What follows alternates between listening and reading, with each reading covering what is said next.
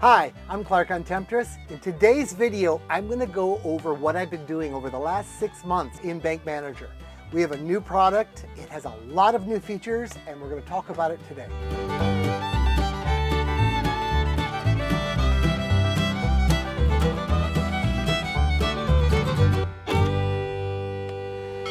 A lot of you know about this, the BankManager Generation 2. The Generation 1 is discontinued. It was basically the same functionality as this, but the screw terminals and the case weren't as nice.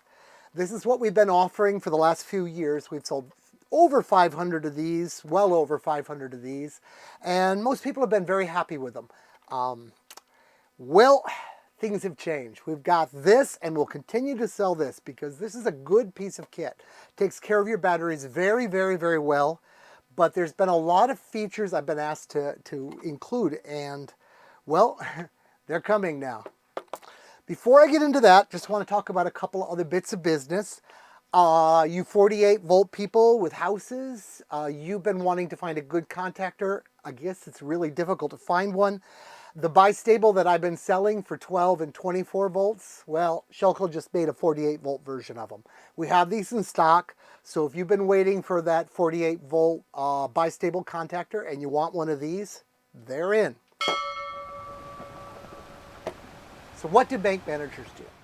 In general, all bank managers, whatever release we're talking about, they let you bring lithium into a system, an off-grid system. They let you bring it in a way that the lithium is charged the way lithium should be charged. We all know lithium's fairly fragile about how you charge it, and you won't get that long life if you charge it wrong.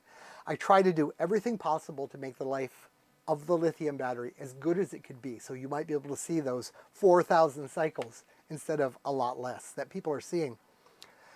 So if you have a lead-based system to start with, which is common, you can put it in a BankManager. You put in lithium batteries, hook them up in parallel with your lead, with the BankManager placed so we can switch them off when necessary, and you have a system. It's done. You don't have to change any of your charge controllers, not even the settings. You can use charge controllers from long ago that didn't know what lithium was. In fact, if you had new charge controllers with a lithium setting, you will turn them back to lead because that's how this system works. You've probably also heard that when you have a BMS in your lithium, which you absolutely need, and that BMS decides the batteries are overcharged and shuts off the lithium battery abruptly, as they do, usually during high charging events. And on a boat, at least, that means alternator producing power with the engine running. That pulling the batteries away instantly will destroy your alternator's diodes. I go into that in depth in another video.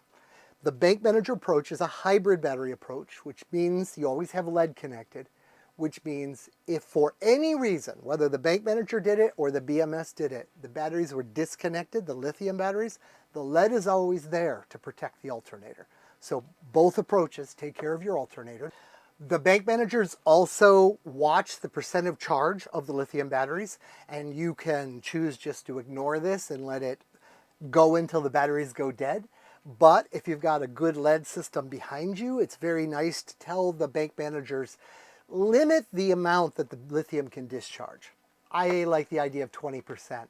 So at 20%, the BankManager will disconnect the lithium and switch you back over to lead.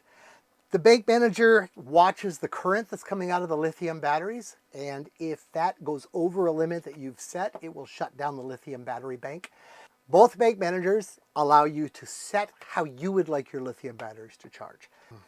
I recommend that you set them to 100%. Let the BankManager decide when your batteries are full. It does a very good job of that.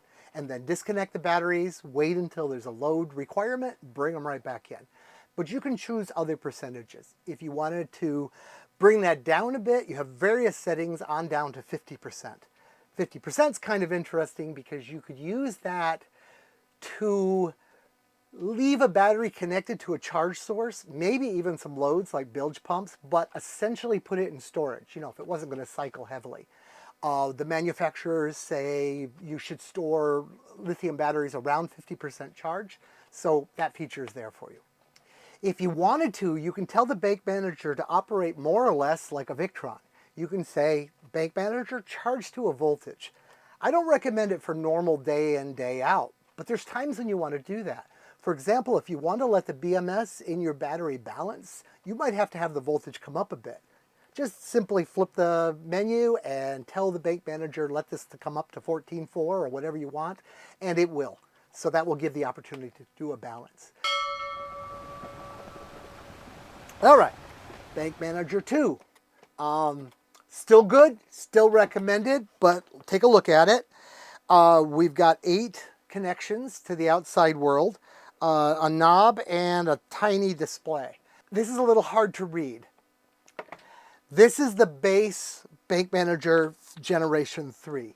There's actually several different case choices, and we'll go into all the case choices in a bit.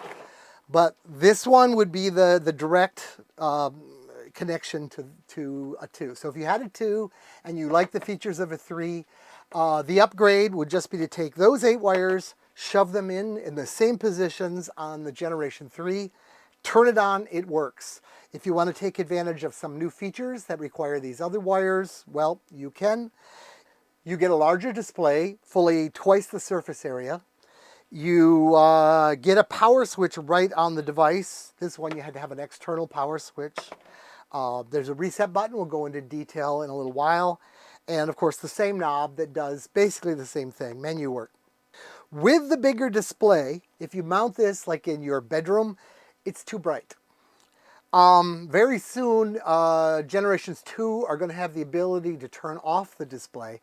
But the Generation 3, you can turn off the display or you can dim the display within a range. It won't go super dim. And if you ever come up to one of the more modern BankManagers and the display is not working, first thing to do, just turn the knob up. Just like the volume control on an old TV or an old radio, and the display likely will come on. It probably got bumped and it got turned off. So please don't call me saying your display doesn't work until you do that. And I went to these black plastic cases. The black plastic is probably going to be much nicer. This showed stains very easily and would yellow in time. But I tell you, the way I'm getting the cases done, these are honestly kind of expensive cases. These are ridiculous cases. These are like $30, $40 a piece. So I'm only doing it for the BankManager 3 because of the cost. Try to keep the cost down on this one. If you look at the manuals, you'll see to wire up a BankManager, you run a lot of wires up to the display. They all come basically from the area where the contactor is. The contactor is going to be somewhere in line on the positive wire leaving the lithium battery. And I've got a wire to here, and a wire to here, and a wire to here, and a wire to here, and then the current sensor has 4 wires. They all come up to this area in the older style. Still do that this way. So if you wanted to upgrade from a Gen 1 or a Gen 2 and you wanted the minimum effort, you could just buy a Gen 3, put it right in the same place, hook the wires up, and you're good to go. But I wanted some options. So I have this offering. This is a 2-part offering. This part is designed to go right down with the contactor. This will go down near your batteries. You hook it up in the same way, but now all your wires are very, very short, very simple. You don't have to run them throughout the boat. And it has a plug for 2 standard Ethernet cables. Those Ethernet cables run up to the head unit. So you've got this auxiliary unit that goes down with the batteries, and then the head unit that goes up where you can see it. This particular head unit, this is the smallest one. The Ethernet cables come out of the bottom. It's designed to be surface mounted, much as this is.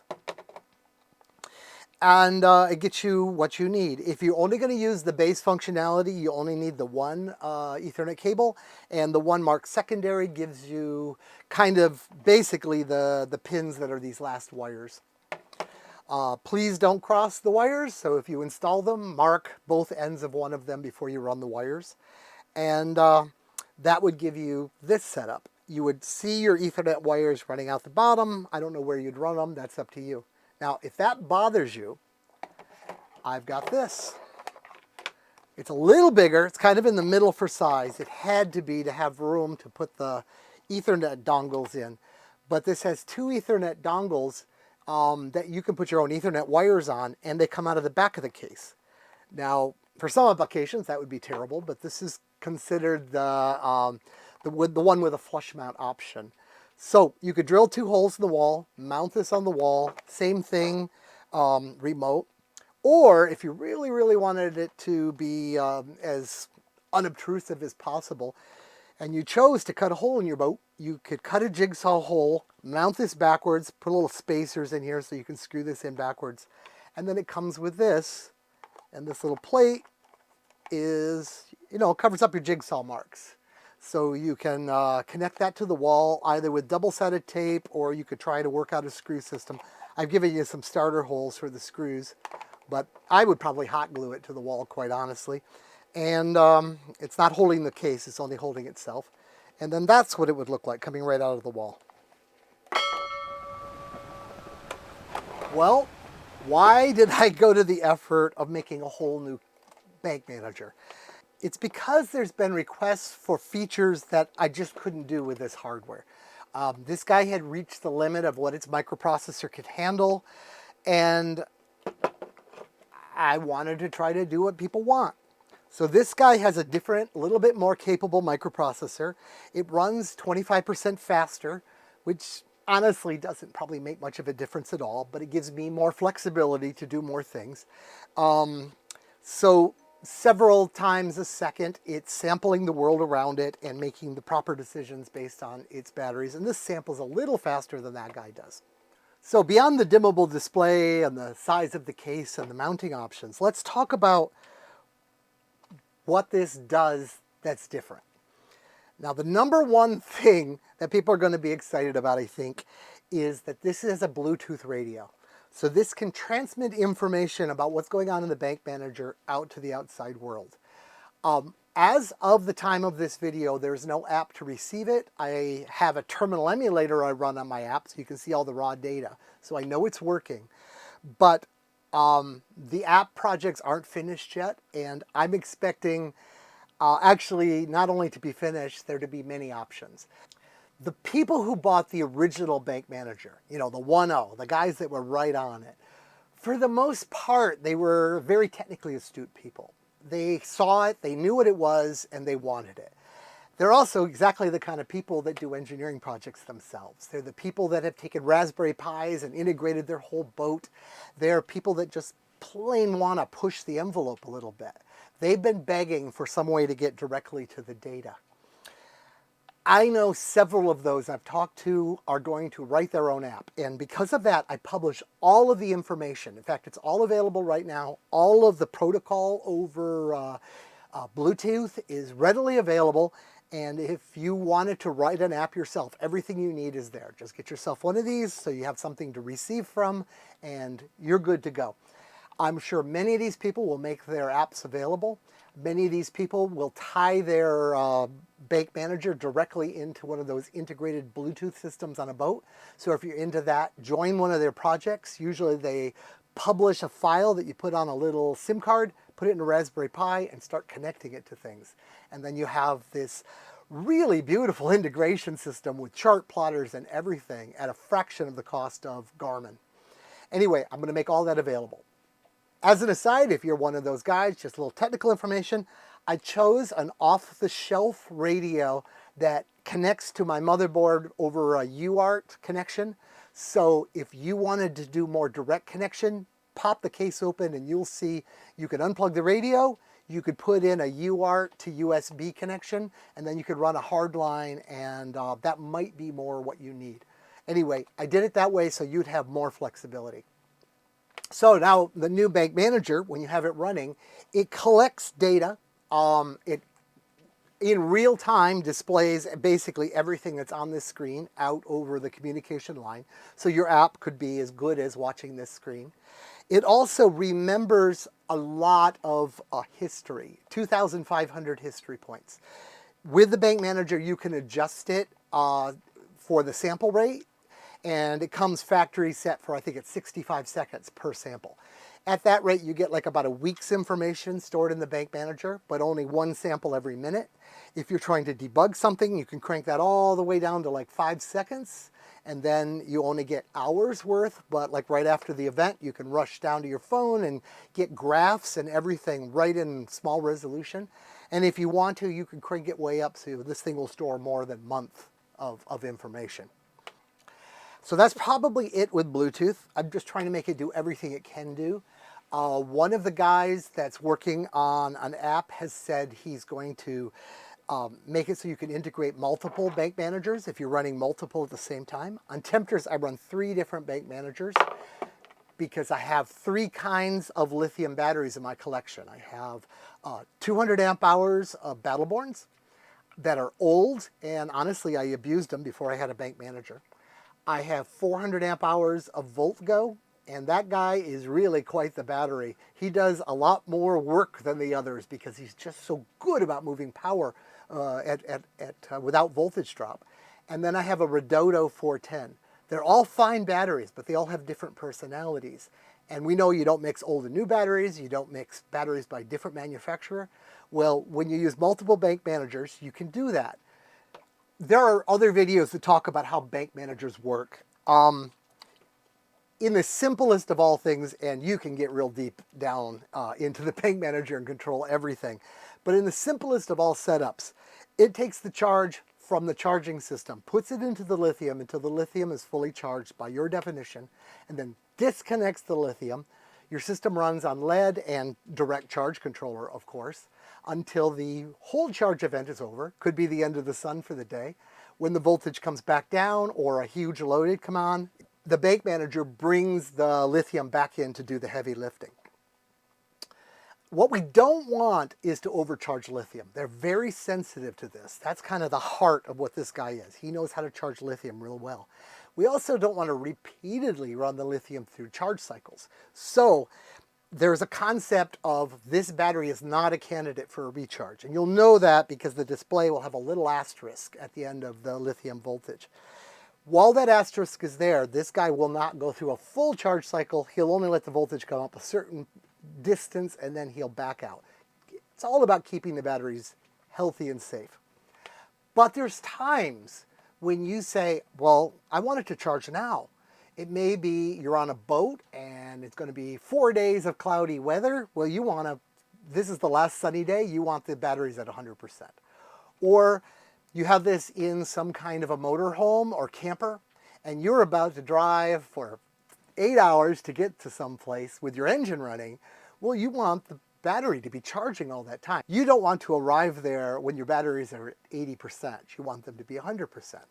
Well, there is this button now. You press this button and the asterisk goes away. It says, I, the human, have decided it's time for this to be a candidate to recharge. Now, because of that camper type situation, particularly if it was more of a Winnebago or a motor coach, one of these new pins is a remote wire for this switch. So you can run this switch right up to the driving location and then run the other end of the switch right to chassis ground. So you only need the one wire. And before you start up the engine, you go, oh yeah, so you don't have to go running back and reset your batteries. You just push the button right there for a second, let go, and you can rest assured the batteries will go through a full cycle. Another feature I've only put into the BankManager 3 is calibration. I've got about 3 users in the world that really care about this, but I tell you, they really care about this. So this is for you guys. If you decide that you think the BankManager isn't reporting the voltage accurately, first I ask you, make sure that the meter you're using is reporting accurately. Many, many meters are off by a bit. We're only talking hundreds of a volt here. So if you're using the best meter by Harbor Freight, trust the BankManager. It's probably more right. When I calibrate this to most of the meters I've seen, this has been more right. But when I calibrate it to my Fluke, I do trust the Fluke. It's a brand new one, right out of calibration from the factory. And I find that sometimes I'm off by hundreds of a volt. If that matters to you, pop into the menu and you can go to a lead calibration. It'll show you the lead voltage and the amount of calibration you've added, and you just slowly turn the dial until you get what your meter says. And then there's another option for the lithium voltage calibration. I've added the facility to add a thermostat, a thermometer, an electronic device that comes with the BankManager. And the idea is you would place the pickup near your batteries so it sees the same world your batteries are in. You calibrate the BankManager for whatever temperature you want. If you want the feature, leave it off.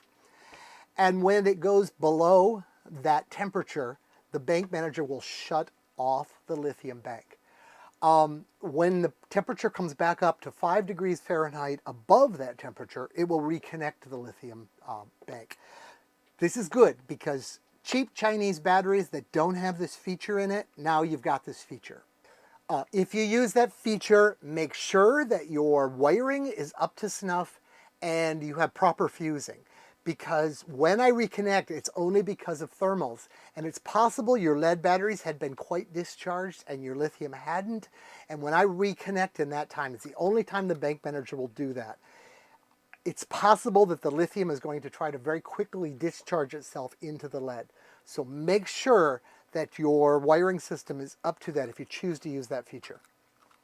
There's a pin here called CHG. And what that pin does is it normally rests at ground state at 0 volts.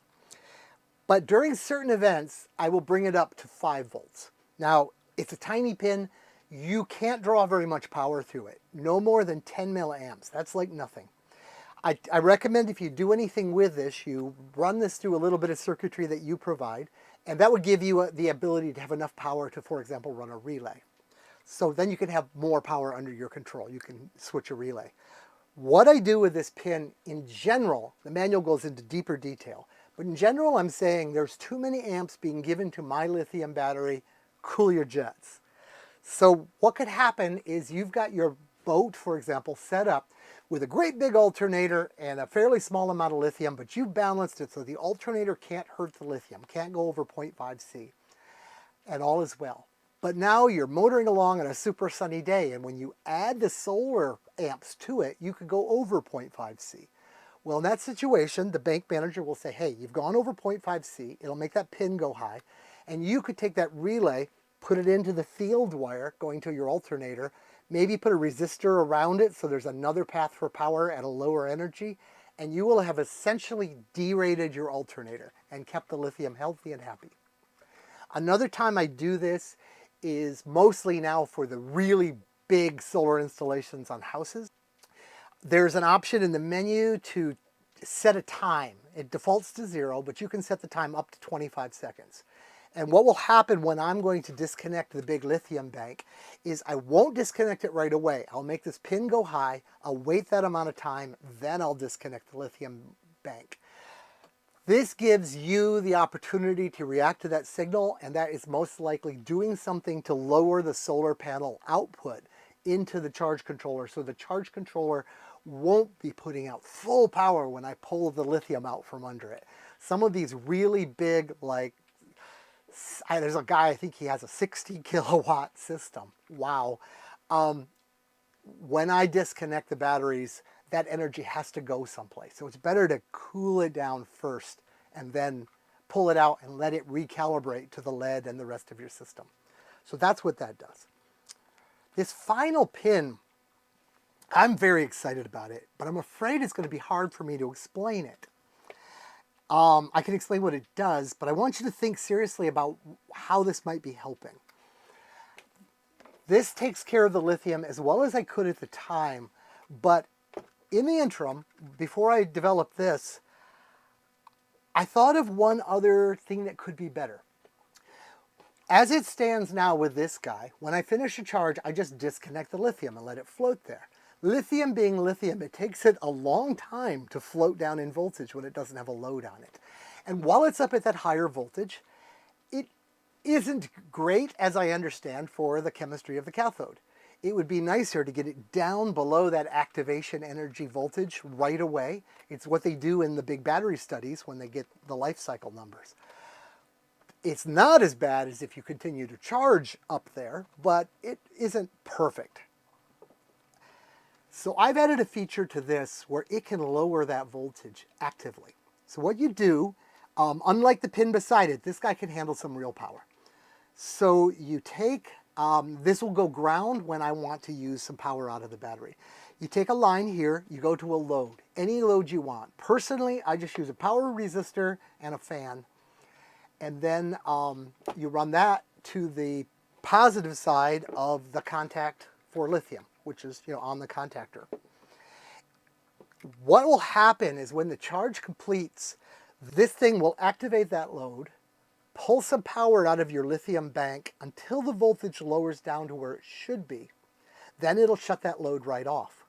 I've been running this and I have hooked it up to the column counter. You'll see it right on your display. For all my 3 different batteries, it's pretty consistent. I'm using 0.03% of the capacity of the battery to do this little trick. I don't think anybody will notice that you're starting your day at 99.97% charge. I think it's well worth doing. I've got a little cheat sheet I've been using, and this is actually up on the site now. We'll put a link to it down in the description, and it's just a list of what I've talked about now, all the features that this has, and the features that are new to this. So take a look at that. If you think you would like one of these new bank managers, they are available now. I'm very proud to release the BankManager Generation 3. I hope you like it.